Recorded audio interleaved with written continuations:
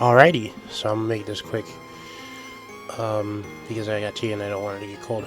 But today, what I would assume would be the final trailer for Pokemon Scarlet and Violet Hidden Treasures Very Zero came out. This is focusing on the Indigo Disc, which comes out around a week-ish.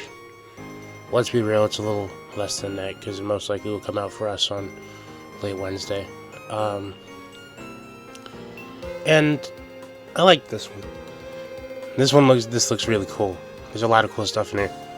So the trailer itself starts off with a quick overview of the Teal Mask, and then it sends us right into Blueberry Academy. Now, since the last time I've done one of these, the Teal Mask has come out, and people have gotten to get previews of this, and the one takeaway from this is that it's definitely harder than the rest of the game. So I'll just figure that out as I get there. I like the idea of it though. So the first thing that comes up that of note is the quests. Apparently there's going to be quests that you can get blueberry points from, which you can use to buy stuff. One of them being a Ditto quest, where you have to find Ditto that are disguised as something, or like finding a Pokemon based off of a description you got. And I like that. Not going to be too hard, especially for people who've already been playing the games. I didn't remember there was a silhouette for like a Cubchoo, so if it's going to be like that, then that's basically a no-brainer, except for like those really simple ones where they look the same and you have to look at their facial features. Before I move on from that, in the trailer, before we even get to those quests, they showed us some of the areas in the Indigo Disc, the terrarium. Turn it out on that desk, nice. I think I'm seeing some new hairstyles for the NPCs in here.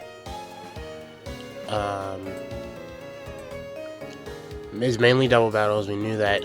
So the first one's a tundra with a little Ninetales, second one's a cave with Galvantula, and I like the electric webs in the back. That's really cool. One of their moves is Electro Web. I just never put it on the ones that I use because it's trash. It's trash for my usage.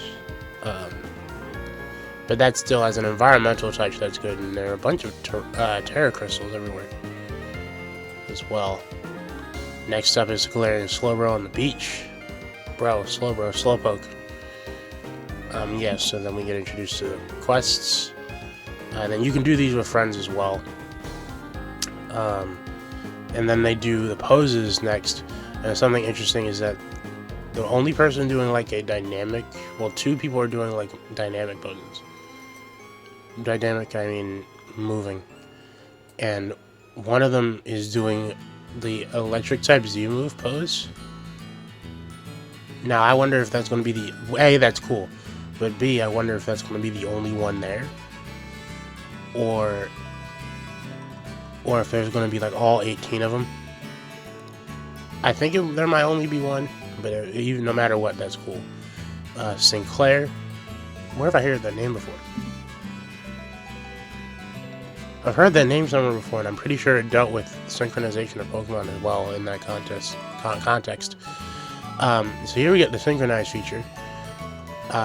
This is actually pretty cool. So I don't have any footage of it. I just looked from when I first played it. But Pokemon Let's Go had a section. I might try to find... See, because the current file for Let's Go, the current files I have open for Let's Go are nowhere near that part. So if I was going to do this and show you, I'd probably have to find a video clip of it on YouTube. I'll probably find it if I choose to put that in. But there was a point in that game that I really liked that I was hoping would come back for Gen 8, and it didn't.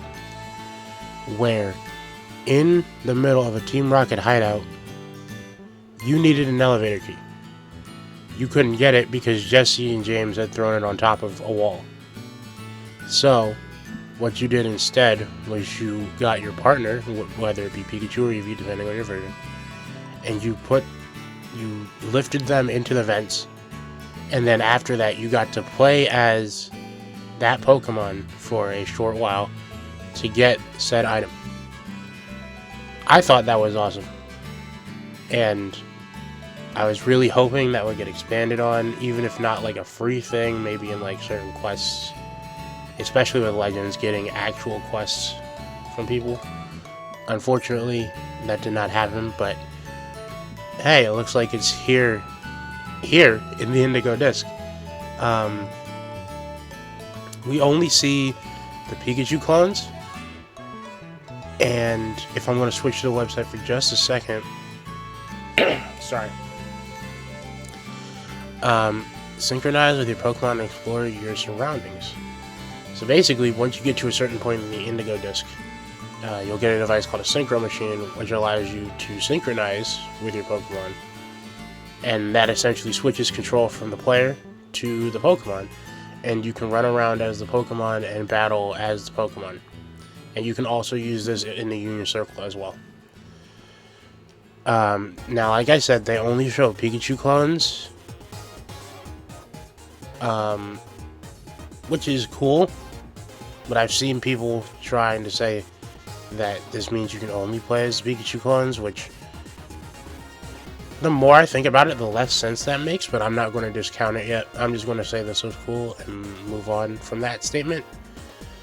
The only other thing I'll say about it is, and I'll put the picture up here because I know I saved this one. In order to quit the sync, you have to hold the L button and then press R. I brought this up with my brother earlier today. Why is it so complicated to exit the sync state? Like, you could make it complicated for lore reasons, but like gameplay, like, it's not even complicated. It's just more complicated than how things like this would usually be. It'd be like press the B button to exit, or press the start menu and hit exit as the button on the menu. This is a combination that isn't seen at all, really, in any Pokemon game, period. So I'm kind of wondering what that's about. Maybe they have the phase buttons for something else. Part of me wants to say so bad that the battles are real time, like Pokepark. But I also don't want to let that part of me just run off, so I'm just going to say it's not. So the two things we want to say is we could be other Pokemon, we could just be Pikachu clones. Honestly, I think it might be an Amity Park situation. Original Diamond and Pearl had Amity Square, and you could only, in Original Diamond and Pearl, you could only do a small list of Pokemon. You could only walk around with them in that park. Now, of course, Amity Square also got expanded in a later game, Platinum, and then that became the following Pokemon in Heart Gold, Soul Silver. So if that is the case, I'm hoping they go the full Amity Square route, where they test it out here with some, expand it maybe in the next game, which will most likely be a remake of some kind, and then the next generation, or whatever games after that, just has it full blown. You can do this whenever. But yeah, this, even with those caveats, which they might not even be caveats, I might just be overthinking it, and it's exactly what I'm thinking it is. Even with those caveats and massive quotes, this still looks awesome. I like being able to play as Pokemon. That's a nice thing for me. Next up, back to the video. Yeah, they show the Pikachu clones all together. So the next part of the trailer is inviting the people you know to the Blueberry Academy. And they get to interact with not just you, but each other, which I think is pretty cool. I don't think they talked about that. And then here's the parts that they did talk about already. You know, trading with these people, being able to rebattle these people, and also there's a new ribbon titled, what was it, the partner ribbon, and you get when you trade with these people, it's in the league club, you get a Pokemon from them that has that ribbon, and when you put that ribbon on them, it puts the original trainer's name as a title. So in this instance, it shows us training with Iono, and then when we send out the Magnemite, she gives us it says go. Go Iono's Magnemite. Which that's another cool thing. And then after that we have the snacks, which essentially normally this would in other Pokemon games this would like guarantee you find it at the end of like a gauntlet or through a portal. It looks like getting the snacks will spawn them. Then you have to track them down in the overworld, like this is an old Pokemon game, in the open world. Which is, see, roaming legendaries used to suck. They were immediately better in Sword and Shield because they were in the open areas and you can actually chase them down and see them from afar and stuff. I'm pretty sure there were no roaming legendaries in Scarlet Violet up until now. Assuming they're roaming, unless they're in a fixed position. And you probably still have to find them if they're in a fixed position. But still, it's really cool. It helps fill out the world, which is something an open world game needs. So yeah, they show all the legendaries, the Kanto birds, the Johto trio, the Unova, Swords of Justice, Latios and Latias, the two horses, which means Calyrex is here because it wouldn't make sense otherwise. If I mentioned Rayquaza already, Rayquaza, Groudon, and Kyogre. And then you saw Cubfu was one of those Pokemon in there as well. And you can see they're in various different areas, so you most likely, there's Spectre, yep, and then like Ho-Oh, Lugia, Solgaleo, Lunala, Necrozma, like, and then I've seen people getting into arguments about this. All I'm going to say is, we're just going to assume it's a nod and move on. But I love how they ended with Unova trio. Reshiram, Zekrom, and Kyurem. They just left it there. But yeah, that looks cool. It's either a scavenger hunt or they're roaming. Or it could be a mixture of both. Because Sword and Shield did a mixture of both in some way. Next part is Armaris' flying trial. And then battling the Blueberry Elite Four. This is going to be pretty difficult, probably. Just given the impressions. Oh, and here we get to see Kieran's new look. When I saw it earlier today, I was kind of weirded out. Now, I'm starting to like it. I never hate anything. It's usually just indifference. But yeah, I'm starting to like what he's got going on here. Still prefer the original design. But yeah, starting to grow on me with this one. Yeah, you have to battle him. Most likely at the entrance. And then they show the starters. In different areas of the terrarium. We know that they won't immediately be available unless they're very rare. They probably won't be immediately available because in the previews, every one of them mentioned, most of them mentioned that they were not able to find a starter. So it's most likely a thing that happens later on. And then there's rebattling, and okay, this part is interesting because we saw it in an earlier trailer. I think one of the ones right before the Teal Mask came out, and no one said anything. But now that we're seeing what looks to be another one, people are, which is, it looks like some members of Team Star are ditching their unique outfits and going for normal looks. I don't know what's going on with it. And even the main character at the back of this image I stopped on looks surprised and confused. Something feels off about this, and whether this is just what's happening or if there's something else more going on here, I don't know. I'm just excited to see what's going on.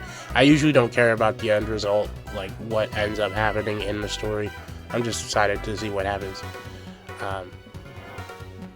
So yeah, then they recap Ogerpon and the Blood Moon Beast and Raging Bolt and Iron Crown. And then they showed the flying with your dragon. That is essentially soaring. And W. Just straight W.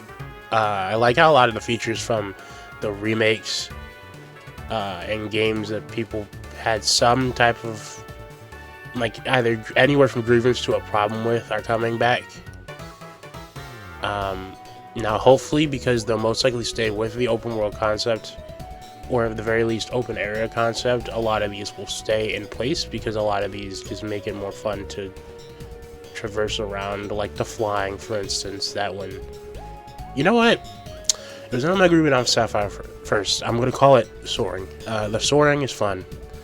Synchronization, that needs to say, for me, even if it's not what I'm thinking it is.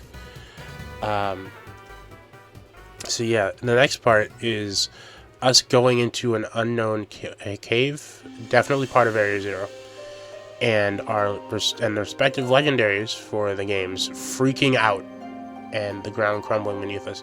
And then it shows Terepagos and terrestrialization into a new form. And then it shows us this cool image that I will place right here. So yeah, that trailer on its own is pretty nice.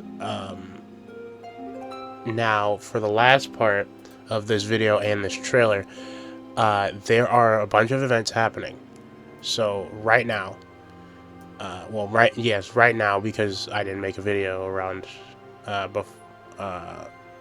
like this came out since I've made my last video. Scarlet and Violet plus the Hidden Treasure of Area 0 bundle is out. So if you haven't gotten it yet, you probably should get that, just so that you don't have to deal with the Nintendo Switch and its downloadable content stuff. It's probably a better idea just to get it all on one cartridge. So they have a Dialga and Palkia 5-star raid event where you can find either Dialga or Palkia as Terra Dragon type 5-star raids. And you can receive Darkrai as a mystery gift, which I'll be doing these two and another couple mystery gift codes immediately after this video is done, because I haven't done them yet. I was watching the Game Awards. And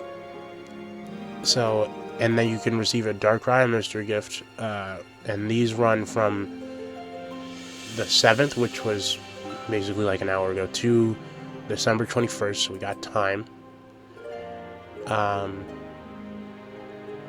And then you also get 2 mystery gift codes for Shiny Lucario and a Master Ball. Again, I'll put both images that they made for these mystery gifts on the screen while I talk about them, because they are genuinely cool to look at. Pretty nice art. And then finally, once the Indigo disc comes out, we will have 3 mass outbreak events. In Paldea, currently, there's a Flabebe mass outbreak event. And in Kitakami, there's a Litwick mass outbreak event. Then, on the 14th, when the Indigo disc comes out, at Blueberry Academy, there will be a Milcery mass outbreak event.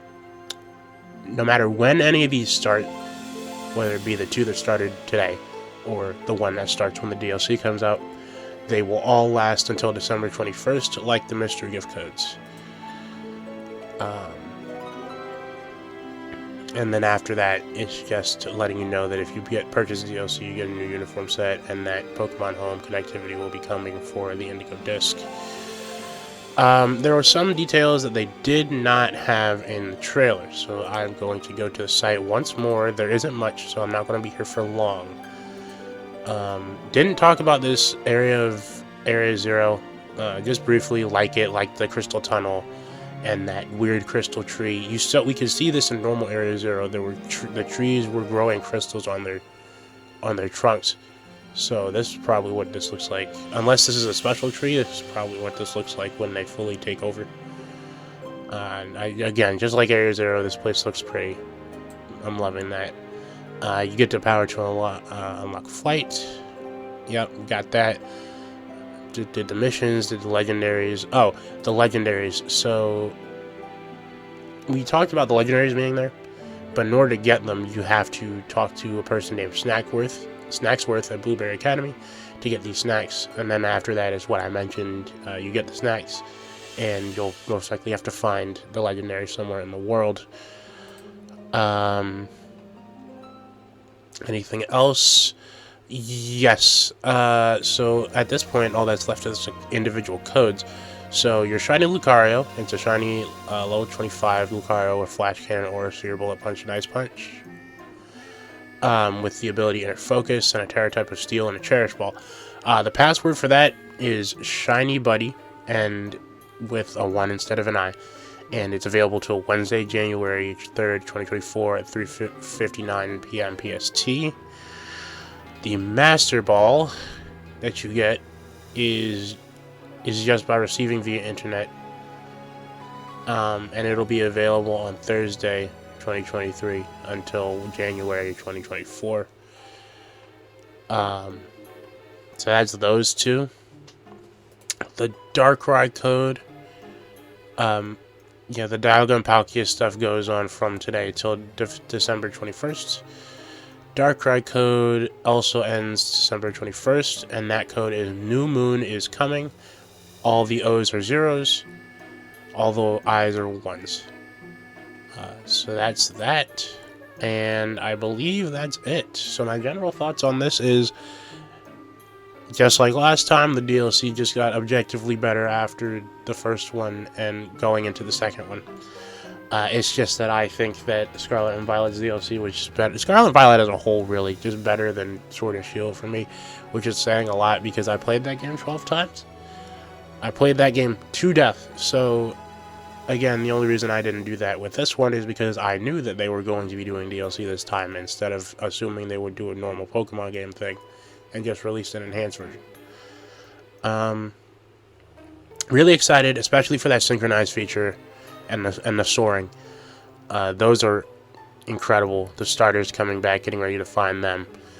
I just need to prepare myself to actually take battle seriously again, because with me on my main file, once I finish the game and do post-game, there's really no reason for me to take anything seriously at that point.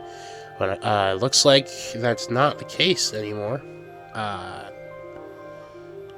The level 75 Kitakami Ogre Clan members were not hard. I'm barely tricky. I didn't care most of the time, so that's why I would lose a Pokemon or two. But I gotta be on my A game here if I don't want to get caught lacking. Yeah, that's about it. So here, as just a quick note, there was no Super Mario Bros. Wonder part this week, assuming I released this on the 8th. There was no Mario Wonder part this week. Got sick a second time, we couldn't record the game. So we'll be recording it this weekend. Especially this weekend, since I'm basically done with college. I'll only have to go in one more day, and I have like 3 more small assignments to do. So we'll be recording that over this weekend, and then next week, when the Indigo Disc comes out, the week the Indigo Disc comes out, there will be one Super Mario Bros. Wonder part. That'll be the first part from the new recording session, and then after that, the uploads resume as they normally would have, with Sonic Superstars on Monday and Super Mario Bros. Wonder on Thursday.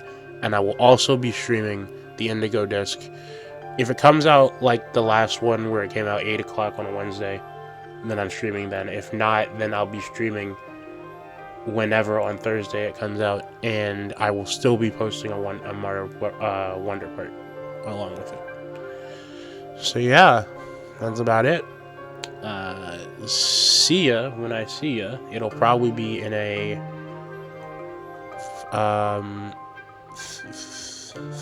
final thoughts on the Teal Mask video.